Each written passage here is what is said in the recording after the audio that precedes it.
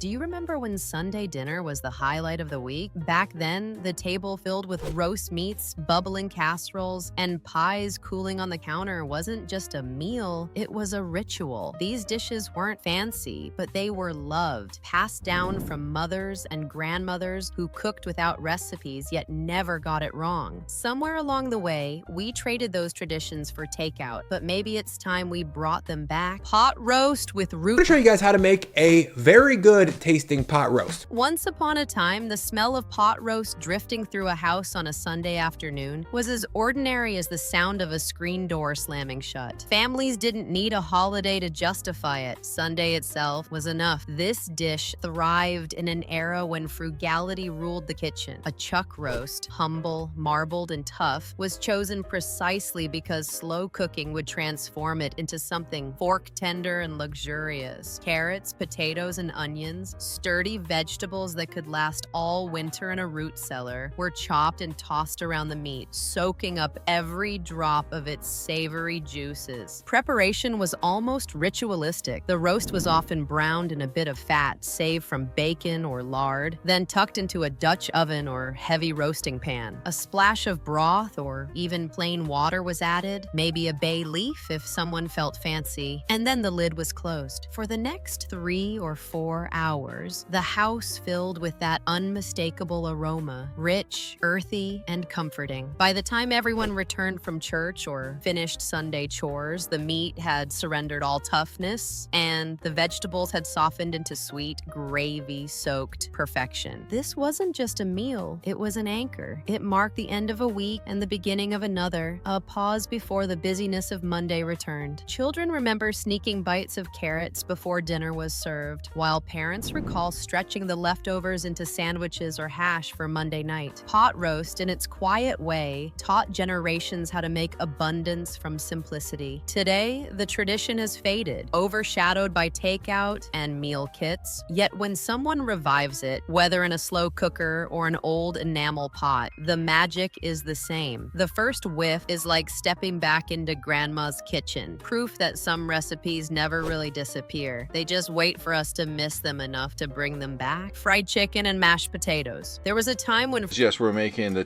fried chicken, and I'm going to show you how to make gravy. I also have on my channel a video for making made from scratch mashed potatoes. There was a time when fried chicken wasn't just picnic fare or a drive-through indulgence. It was the crown jewel of the Sunday table. The ritual began early in the day, often before church, when a whole bird was cut into pieces and seasoned with nothing more complicated than salt, pepper, and maybe a hint of paprika if the household was feeling adventurous. The chicken would be dredged in flour, sometimes twice for extra crunch, then lowered into a cast iron skillet shimmering with lard or Crisco. The sizzle was unmistakable, a promise of golden crust and juicy meat that could bring an entire family running to the kitchen. Mashed potatoes, naturally, were its loyal sidekick. Potatoes were boiled until tender, then mashed with butter, cream, or sometimes just a splash of milk if the week had been tight. The real secret was in the gravy, born from the chicken drippings left in the pan. Flour browned in that flavorful fat, a little milk or broth whisked in, and suddenly you had liquid gold to ladle over everything in sight. Chicken, potatoes, even bread if there was enough to go around. This pairing thrived in rural kitchens and city apartments alike, the kind of food that made Sunday feel like a celebration even if payday hadn't come yet. Families gathered around formica tables or farmhouse spreads, passing bowls and fighting politely over the last drumstick. It was comfort in its purest form. Crispy, creamy, and completely satisfying. Over time, fried chicken drifted from homemade tradition to fast food staple, traded for convenience and paper buckets. But the soul of the dish remains rooted in memory, the taste of grandma's cast iron, the way the crust crackled under a fork, the scent that lingered in the kitchen for hours. Recreating it now feels almost rebellious, a quiet act of nostalgia in a world that moves too fast. And when you serve it, hot and golden beside a mound of buttery potatoes, you're not just making dinner. You're reviving a Sunday ritual that once defined the American table. Meatloaf. I'm making ketchup glazed meatloaf.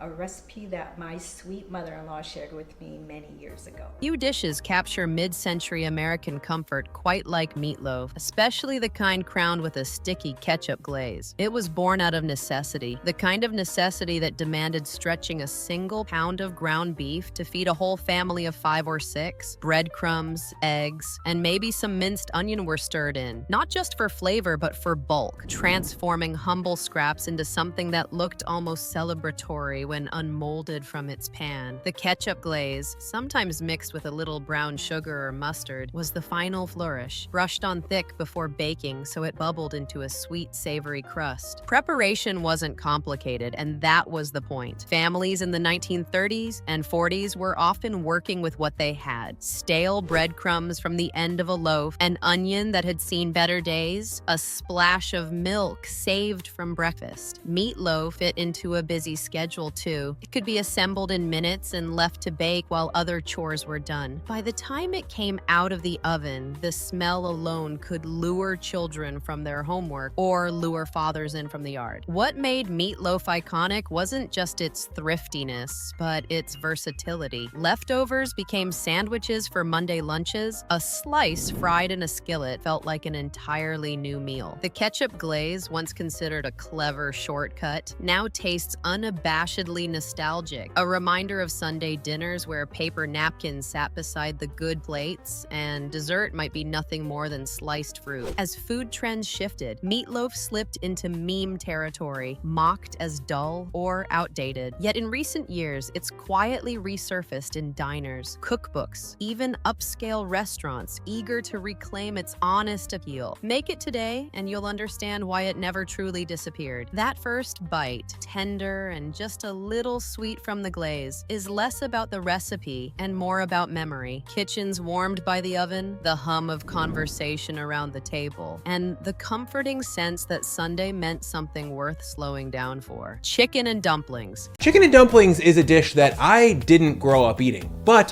when I eat it now as an adult, I somehow gush with nostalgia. There's a particular kind of quiet comfort that comes from lifting the lid off a simmering pot of chicken and dumplings. Steam curls upward, carrying the scent of broth, onion, and thyme, and for a moment it feels like stepping back into a simpler time. This was once the quintessential Sunday dinner for farm families in small towns alike, the sort of meal born out of necessity and perfected through repetition. A single stewing hen, tough and stringy by today's supermarket standards, could be transformed into a feast simply by boiling it low and slow until the meat softened and the broth turned rich and golden. The dumplings themselves were humble miracles, just flour, fat, and water, or milk if the week had been kind, mixed into a soft dough and rolled or dropped into the bubbling pot. Some cooks swore by fluffy biscuit-like dumplings. Others preferred the thinner slicks that resembled homemade noodles. Either way, the result was the same: tender bites that absorbed every bit of savory flavor from the chicken stock, turning the broth into a hearty stew that clung to spoons and warmed bellies. Chicken and dumplings carried a rhythm that fit Sunday perfectly. It could simmer unattended while families walked to church, the aroma greeting them like a promise when they returned. Leftovers stretched easily into Monday, often thickened into something closer to a casserole. For many children, the dish was an edible lullaby, signaling safety and care in an uncertain world. Though the tradition has faded in many homes, the dish itself endures in pockets of the South and Midwest, occasionally revived in glossy food magazines or trending on social media as Depression-era comfort food. But nothing compares to making it the old way, by feel, not by recipe, pinching dough with floured hands, tasting broth until it's just right. Serve it in deep bowls on a quiet Sunday, and you'll understand why generations before us relied on it not just for nourishment, but for the kind of comfort that lingers long after the dishes are done. Roast turkey. You had to make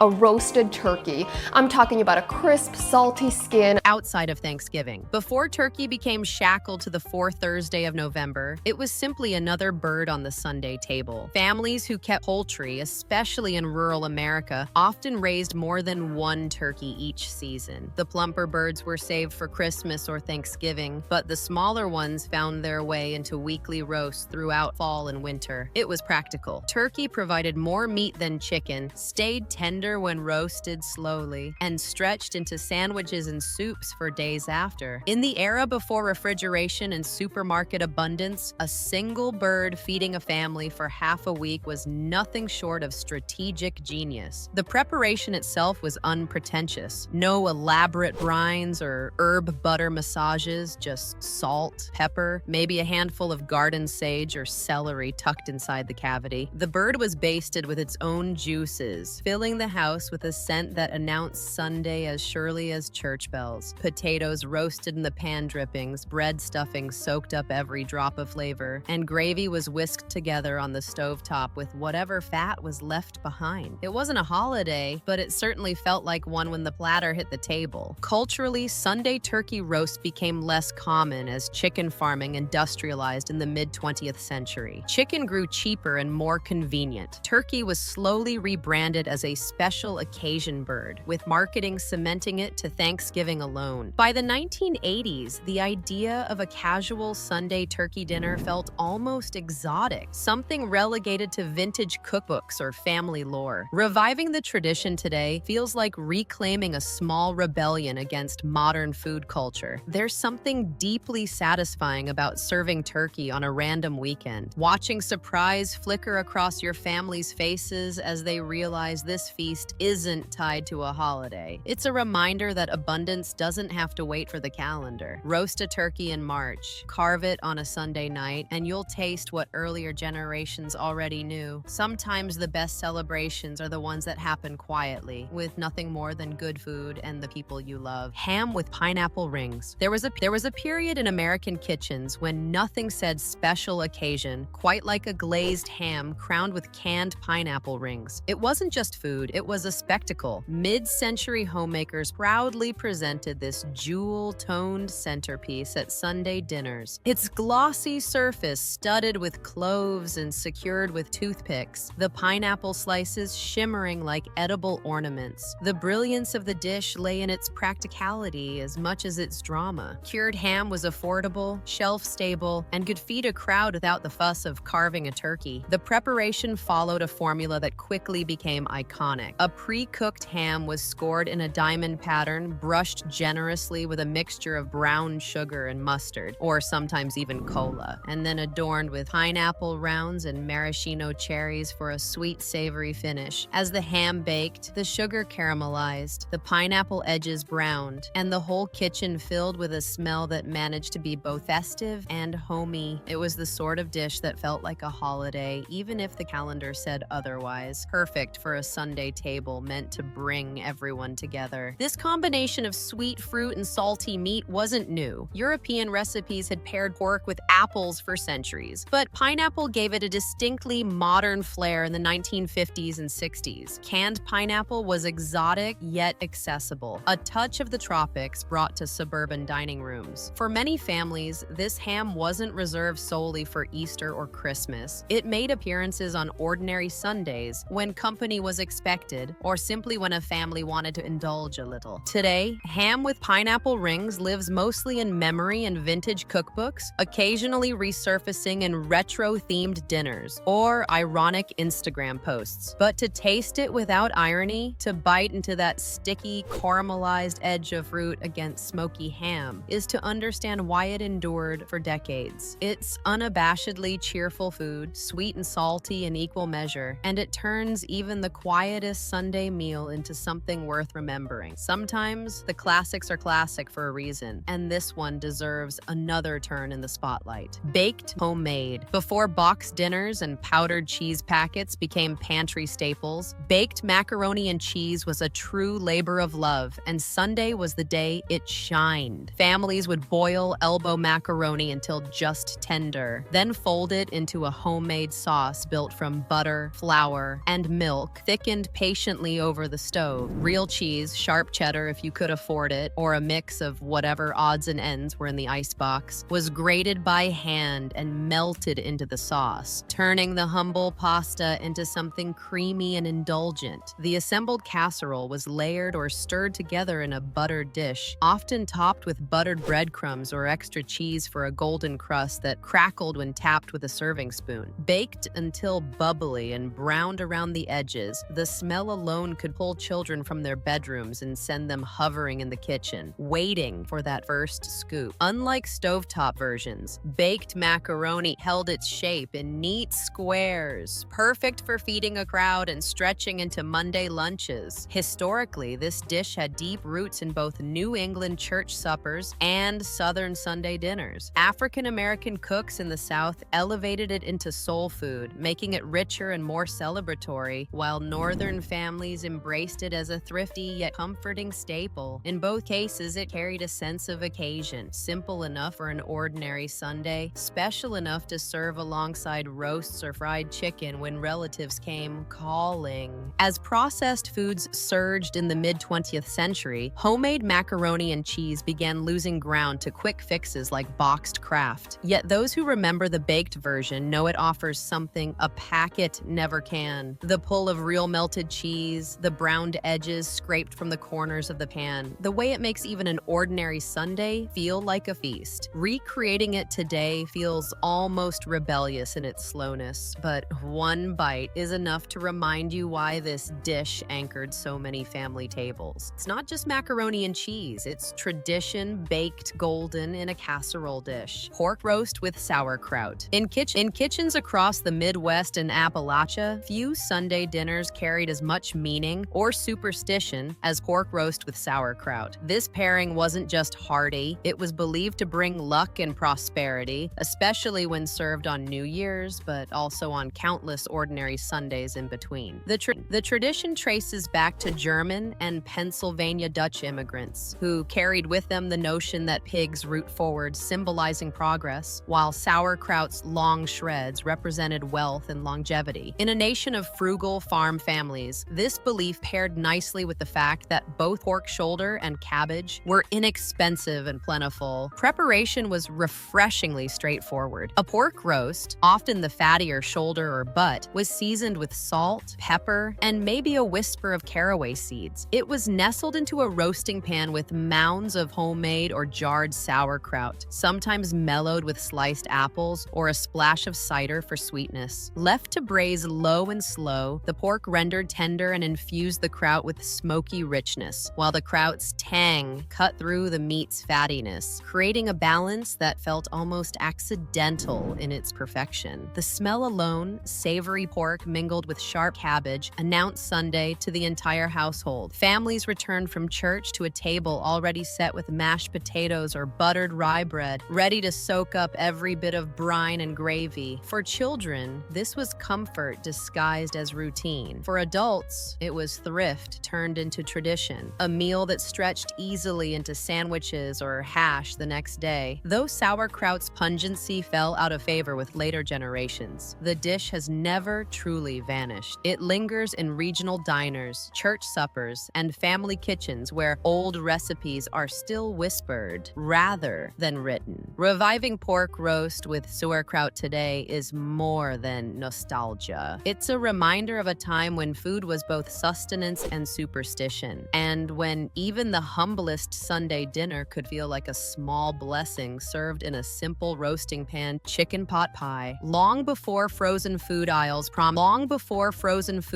promised individual pot pies wrapped in foil, chicken pot pie was a slow, careful Sunday tradition, the kind of meal that turned leftover chicken into a feast. At its heart, this dish was about thrift and transformation. A single stewing hen boiled earlier in the week could be stretched with vegetables and gravy, then tucked beneath a homemade crust to become something that felt far more indulgent than the sum of its parts. For many families, it wasn't just dinner, it was the highlight of the week. A golden brown pie brought to the table whole and cut into wedges like a celebration. The process was humble but ritualistic. Carrots, peas, and onions were simmered in the same broth that had cooked the chicken, thickened with flour or cornstarch into a velvety filling. The chicken itself was shredded by hand, every scrap put to use. The crust, whether flaky pastry or biscuit-style dough, was rolled and fitted into a deep dish, sometimes latticed for show, sometimes simply sealed to keep in the steam. As it baked, the kitchen filled with a buttery aroma that signaled something special was coming, the kind of smell that made children linger by the oven door. Culturally, chicken pot pie bridged the gap between rural farm cooking and mid-century century comfort food. It was hearty enough to feed a crowd, yet adaptable to whatever the pantry offered. Green beans in summer, turnips in winter, even potatoes if there weren't enough carrots on hand. Church cookbooks championed it, glossy women's magazines photographed it, and nearly every grandmother had her own variation that she swore was the real one. Though the frozen versions of the 1970s and 80s cheapened its image, the homemade pie remains unmatched in flavor and memory. Pulling one from the oven on a quiet Sunday is like reclaiming a lost ritual, the flaky crust shattering under a serving spoon to reveal tender chicken and creamy vegetables below. In that moment, with steam rising and plates filling, chicken pot pie still does what it always did: turn an ordinary day into something worth gathering for. There was a time when Sunday dinner didn't mean steaks or fancy roasts, but a humble pot of beef stew simmering on the stove. In farmhouses and city kitchens alike, this was the dish that could stretch a modest cut of meat into a meal hearty enough for a crowd. The secret wasn't in expensive ingredients, but in time itself. Hours of slow simmering transformed tough chunks of beef into tender morsels, melting together with carrots, potatoes, and onions in a broth that grew richer with every passing minute. It was the kind of cooking that rewarded patience and filled the whole house with a smell that drew everyone to the table long before it was ready. The dumplings, pillowy and comforting, were the crowning touch. A simple dough of flour, fat, and milk or water was stirred together and dropped by spoonfuls into the bubbling stew. They cooked in the steam, soaking up savory flavors and turning what was already a filling meal into something downright luxurious. In some families, the dumplings were rolled thin and cut like noodles. In others, they were left as soft, cloud-like mounds floating on top. Either way, they transformed a pot of stew into a true Sunday feast. Historically, this dish thrived during lean times, especially the Depression and wartime years, when every scrap of meat mattered and vegetables came straight from the garden or root cellar. It was practical. One pot meant less cleanup, and the leftovers somehow tasted even better the next day. But practicality alone doesn't explain why so many people remember it with such fondness. Beef stew with dumplings wasn't just filling, it was comforting in a way that reached beyond the stomach, promising warmth and safety no matter how cold the world outside might feel. Today, modern kitchens may swap cast iron Dutch ovens for slow cookers or instant pots, but the soul of the dish hasn't changed. One bite of tender beef and soft dumpling, steaming and rich with nostalgia, reminds us why this was once the centerpiece of countless Sunday tables and why it deserves a place there still. Cabbage rolls, stuffed. There was a time when stuffed cabbage rolls were the pride of a Sunday table, a dish that traveled across ocean with immigrants and settled comfortably into American kitchens. German, Polish, Hungarian, and Ukrainian families each brought their own version, but the heart of the recipe remained the same. Tender cabbage leaves wrapped around a filling of ground meat and rice, then simmered slowly in tomato sauce until everything melded into something greater than the sum of its humble parts. It was food meant to feed many, crafted from inexpensive ingredients and hours of patient care. Preparing the rolls was as much ritual as recipe. A head of cabbage was boiled just long enough to loosen the leaves, each one carefully peeled and spread flat. The filling, usually a mixture of beef or pork, leftover rice, onion, and a handful of herbs, was shaped into small logs and tucked inside, the leaves folded neatly around them like little green envelopes. Layered in a pot or casserole, the rolls were bathed in tomato sauce, sometimes sweetened with a pinch of sugar or balanced with a splash of vinegar. As they baked or simmered, the kitchen filled with a tangy, savory aroma that promised a meal worth waiting for. Cabbage rolls were a natural choice for Sundays because they could be assembled ahead of time and left to cook while families attended church or tended to chores. They were celebratory enough for special occasions, but frugal enough for everyday living, stretching a pound of meat into a meal for 10. For children, they were comfort food. For adults, they were a taste of the old country, a reminder of home and heritage. Though they've faded from mainstream American tables, cabbage rolls linger in church suppers, holiday spreads, and family reunions where recipes are still passed down quietly between generations. Making them today feels almost radical in its slowness, but One bite, soft cabbage, tender filling, and rich tomato sauce reminds you why this dish endured. It's not just dinner, it's history you can hold in your hands. Baked ziti, Sunday gravy. In Italian-American households, Sunday wasn't Sunday without the aroma of tomato sauce, gravy, as many families called it, simmering away on the stove. It started early in the morning, long before anyone sat down at the table. A big pot was filled with tomatoes, garlic, onions, and herbs, then packed with meatballs, sausages, and sometimes even braciole. As the sauce bubbled low and slow for hours, it perfumed every corner of the house, a signal that the day ahead would revolve around family, food, and the sacred ritual of the Sunday meal. Baked ziti was the centerpiece of this tradition, a dish that managed to be both humble and celebratory. Cooked pasta was layered with ladlefuls of that deep, meaty sauce and generous handfuls of ricotta and mozzarella, then baked until the cheese melted into gooey pockets and the edges crisped to perfection. Pulling it from the oven was like unveiling treasure,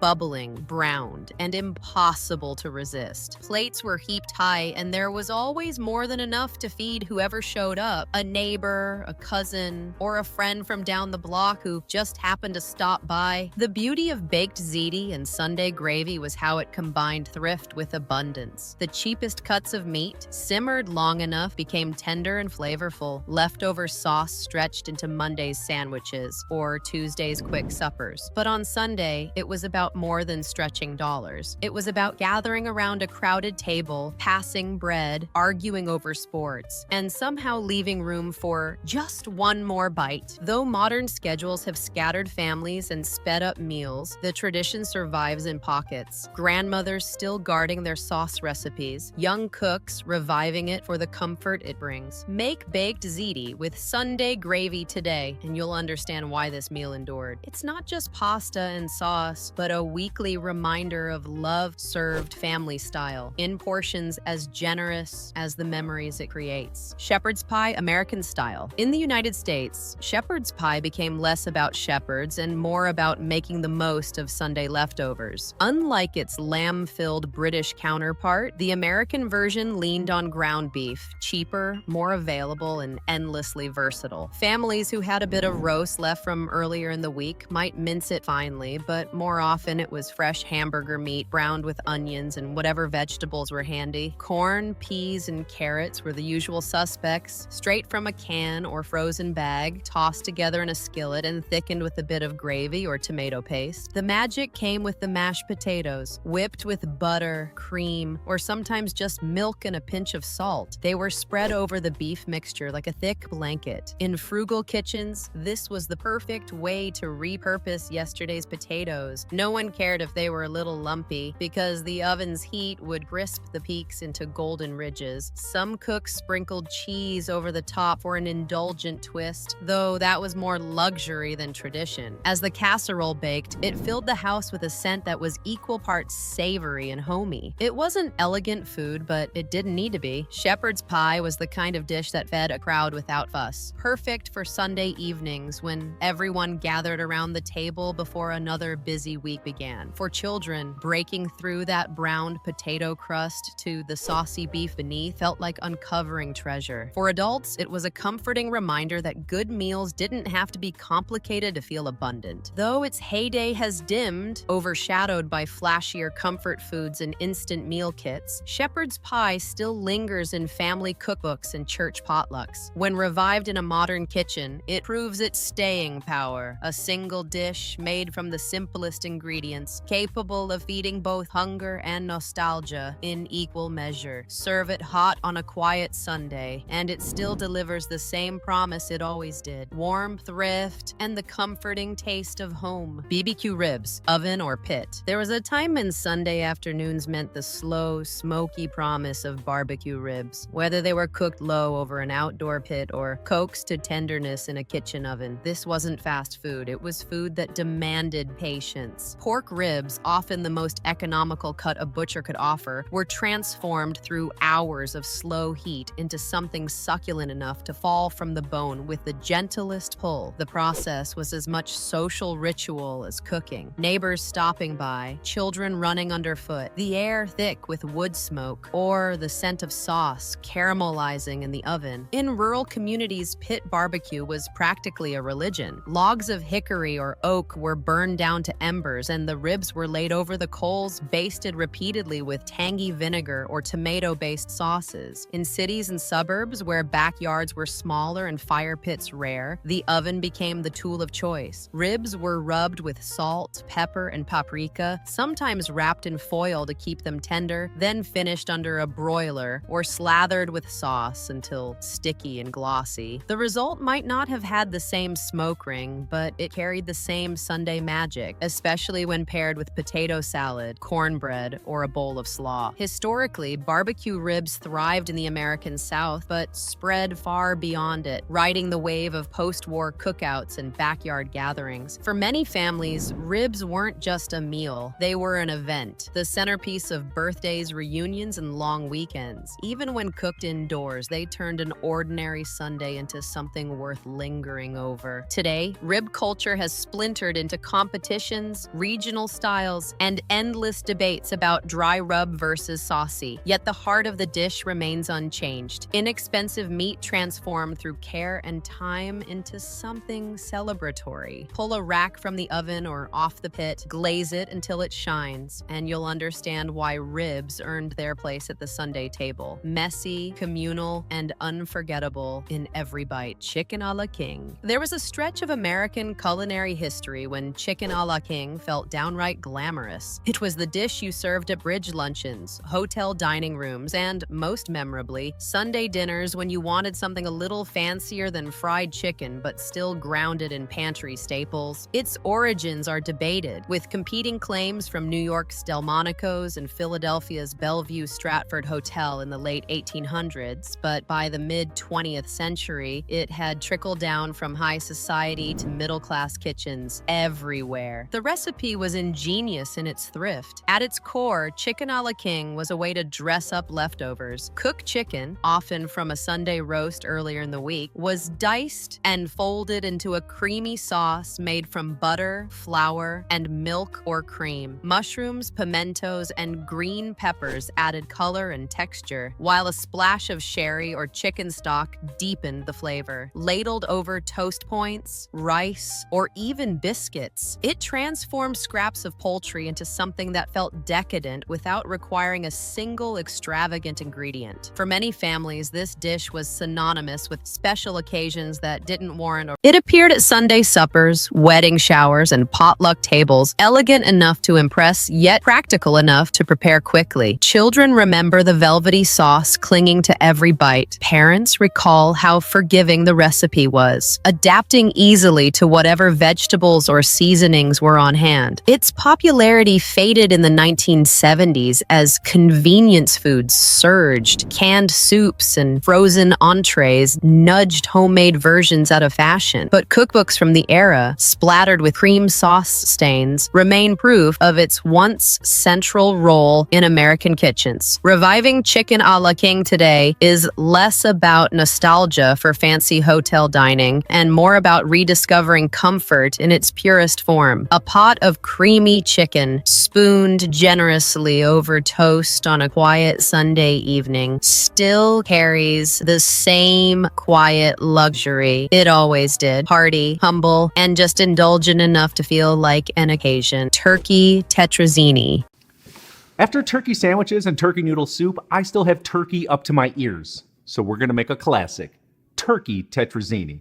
Incredibly easy to make and super delicious. Long before it was shorthand for leftover casserole, turkey Tetrazini was considered downright elegant. Born in the early 1900s and named after famed opera singer Luisa Tetrazini, the dish first appeared in hotel dining rooms and upscale restaurants, where creamy pasta bakes were the height of sophistication. By mid-century, however, it had migrated into home kitchens across America, thanks to its uncanny ability to transform transform scraps of holiday or Sunday turkey into something entirely new. At its heart, turkey Tetrazini was a clever balancing act. Shredded turkey folded into a velvety sauce of butter, flour, and cream, enriched with parmesan and scented with a whisper of sherry or nutmeg. Mushrooms and peas often join the mix, adding color and earthiness to the pale strands of spaghetti or egg noodles. Everything was tumbled into a casserole dish, topped with breadcrumbs or extra cheese, and baked until the edges turned golden and the top crisped just enough to contrast with the creamy center. This dish became a Sunday staple for practical reasons as much as taste. It was a way to stretch a roast bird through several meals, ensuring nothing went to waste. Families who couldn't afford lavish cuts of meat found in Tetrazini a way to serve something that felt abundant and celebratory without breaking the budget. It was filling, kid-friendly, and endlessly adaptable. Green beans instead of peas, cheddar in place of parmesan, whatever was on hand worked just fine. Over time, the recipe's reputation dimmed, overshadowed by shortcuts that relied on canned soups and frozen vegetables. But when made from scratch, it remains as comforting and indulgent as it was in its prime. The aroma of creamy sauce bubbling in the oven and the sight of that golden-topped casserole pulled from the heat are enough to make even modern kitchens feel like Sunday suppers of old. Serve turkey Tetrazini today, and you'll rediscover why generations embraced it. A meal born from thrift, elevated by care, and remembered for how it turned leftovers into something worthy of gathering around the table once more. Swiss steak. Have you ever heard of Swiss steak?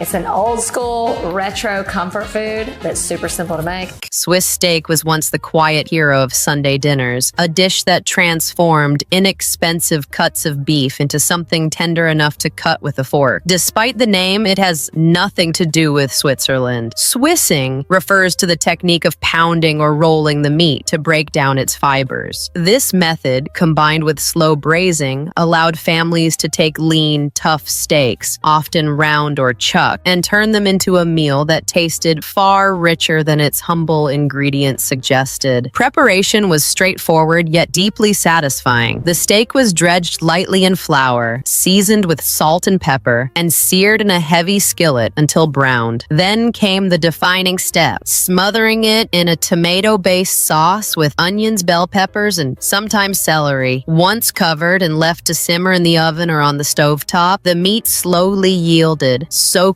up the tangy sweetness of the tomatoes and the mellow sweetness of the vegetables. By the time dinner rolled around, the sauce was thick and glossy, perfect for spooning over mashed potatoes or buttered noodles. Swiss steak earned its place on countless Sunday tables during the first half of the 20th century, especially in the Depression and post-war years when resourcefulness was key. It offered the satisfaction of a steak dinner without the cost, stretching a few pounds of meat into servings for the whole family. Children grew up mopping their plates with soft bread, while parents appreciated how forgiving the recipe was. Impossible to overcook, ideal for reheating on Monday. Though it faded from modern menus, replaced by quicker meals and leaner cuts, Swiss steak endures in church cookbooks and the memories of those who grew up with its comforting aroma wafting through the house. Reviving it today feels like reclaiming a piece of culinary history, a reminder that patience in the kitchen can elevate the humblest ingredients into something worthy of a Sunday feast. One bite of that tender beef swimming in tomato gravy, and it's clear why Swiss steak was once a quiet staple of the American table. Cornbread and pinto beans. Today we're going to be trying one that was suggested to me many times, which is Southern-style beans and cornbread. Before protein powders and superfoods, there was the humble pairing of cornbread and pinto beans. A meal so simple and sustaining it fed generations through hardship and celebration alike. In the rural South and Appalachia, this dish wasn't a side, it was the centerpiece. Pinto beans simmered low and slow with salt pork, ham hocks, or even just an onion until tender tender, their broth turning creamy and savory from hours of gentle cooking. Cornbread, golden and slightly crumbly, was baked in a cast iron skillet, its sizzling edges forming a crust that could rival any fancy baguette. Together they formed a perfect union, earthy beans and sweet, buttery bread in every bite. This was Sunday dinner for families who valued thrift and flavor equally. Pinto beans were cheap, filling, and versatile, often stretching over several meals. Cornmeal, plentiful in farm pantries, baked up quickly and required no yeast, making it ideal for cooks who had more chores than time. There was no pretense here, no fancy garnishes or complicated methods, just honest food that tasted better than it had any right to. Culturally, the dish carried deep meaning. It was communal, served in big bowls passed around crowded tables, sometimes with sliced onions, chow relish, or a drizzle of molasses. For many, crumbling cornbread into the bean pot was more than habit. It was tradition, a ritual connecting them to grandparents and great-grandparents who survived leaner times. It was also democratic food, uniting rich and poor alike. Everyone from farmers to mill workers knew the comfort of beans and bread. In the modern kitchen, where slow cookers and instant pots shave hours off the simmering time, the soul of the dish remains untouched. Cornbread and pinto beans may not boast the glamour of Sunday roasts or casseroles, but their quiet endurance speaks volumes. They remind us that the simplest combinations often linger longest in memory. A warm skillet of bread, a pot of beans, and the sense of home that only this pairing can bring. Shrimp Creole. Guess what, folks? We making shrimp Creole. Let's get it.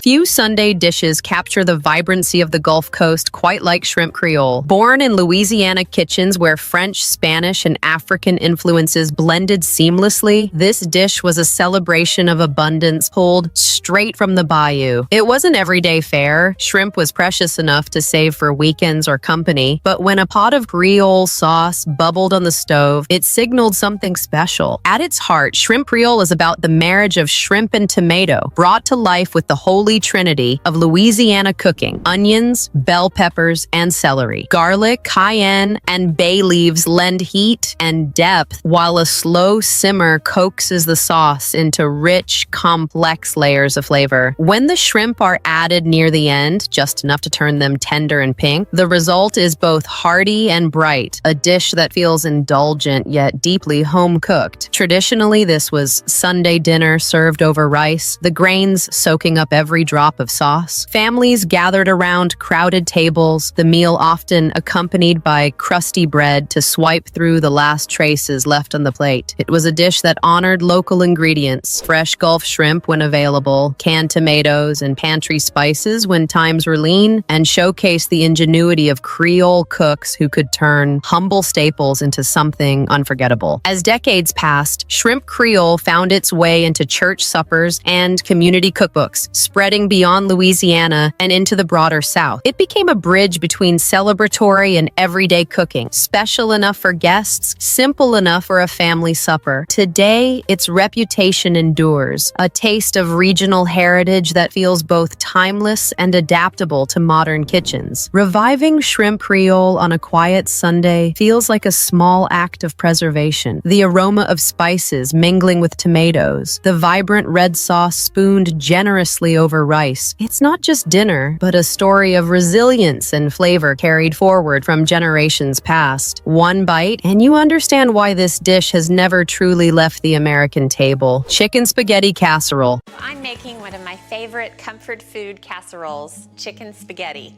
And it's my husband's favorite, my kids' favorite. So it's going to work out well for me. There's something wonderfully retro about a bubbling pan of chicken spaghetti casserole, the kind of dish that once anchored Sunday potlucks and family dinners across the South and Midwest. It's a meal that feels both indulgent and thrifty, a clever way to turn leftover chicken and pantry staples into something hearty enough to feed a crowd. At its core, this casserole is comfort food defined, creamy, cheesy, and unapologetically rich. The recipe often began began with cooked chicken, shredded from a boiled hen, or the remnants of a weekend roast. Thin spaghetti, broken in half for easier serving, was mixed with a sauce that leaned heavily on canned goods, cream of mushroom or cream of chicken soup, a jar of pimentos for color, and sometimes a can of Rotel tomatoes to add a gentle kick. A generous handful of cheddar cheese pulled everything together, melting into a sauce that clung to every strand of pasta. Once assembled, the casserole was topped with more cheese, or occasionally buttered breadcrumbs, and baked until the edges browned and the kitchen filled with that unmistakable smell of Sunday supper. It was practical cooking at its finest. Inexpensive, easy to transport, and guaranteed to win over children and adults alike. No wonder it became a fixture at church socials, funerals, and holiday buffets, earning a spot in countless community cookbooks. Beyond its practicality, chicken spaghetti casserole carried a sense of ritual. Families knew it would appear on the table after big weekends, or during stretches when life called for extra comfort. It didn't pretend to be fancy, but it never needed to. Its charm lay in its familiarity, the way it tasted like every grandmother's kitchen, yet somehow became uniquely your own with every tweak. Extra cheese here, green peppers there. Though modern cooks might trade canned soup for scratch-made sauces, the essence remains unchanged. Serve it bubbling hot from the oven on a Sunday evening, and it still delivers exactly what it always has: warmth, nostalgia, and the comforting promise of plenty to go around. Stuffed bell peppers. Hey, I'm John Cannell, and today on Preppy Kitchen we're making some easy, delicious stuffed peppers. So let's get started. Stuffed bell peppers were once a mainstay of Sunday dinners, especially in the decades when thrift and abundance had to coexist on the same plate. Brightly colored peppers, green, red, or even yellow when they were in season, were hollowed out like little edible bowls and packed with a filling that stretched whatever protein a family had on hand. In most American kitchens, that meant ground beef or a mixture of beef and pork bulked up with rice, onions, and a tomato-based sauce. It was a dish that looked festive, tasted hearty, and made smart use of inexpensive ingredients. The process felt almost ceremonial. Cooks would parboil the peppers to soften them, then spoon in the savory filling, mounding it high before topping each with a bit of tomato sauce or shredded cheese. Nestled upright in a casserole dish, they baked slowly until the peppers were tender and their aroma mingled with the meaty steam rising from the filling. The sight alone, a row of jewel-colored peppers emerging from the oven, announced Sunday dinner in a way few dishes could. Historically, stuffed peppers carried traces of immigrant cooking, with variations found in Italian, Hungarian, and Greek traditions. American home cooks embraced the concept and simplified it, using pantry staples and whatever vegetables were available from backyard gardens. The dish's adaptability made it a favorite. Some families swapped rice for breadcrumbs, others stirred in corn or peas, and frugal cooks stretched the meat with oats or leftover mashed potatoes. Stuffed bell peppers lingered on family tables well into the mid-20th century before gradually fading behind quicker casseroles and frozen dinners. But for those who grew up eating them, the memory endures. Cutting into a soft pepper and watching the filling spill onto the plate, mingling with extra sauce and side dishes, reviving the recipe today feels like rediscovering a lost classic. Unfussy, flavorful, and as comforting now as it was when grandmothers pulled them from enamel ovens on quiet Sunday evenings. Tuna noodle casserole. Today we're making a tuna noodle casserole. This will remind you of your childhood. Let's get cooking.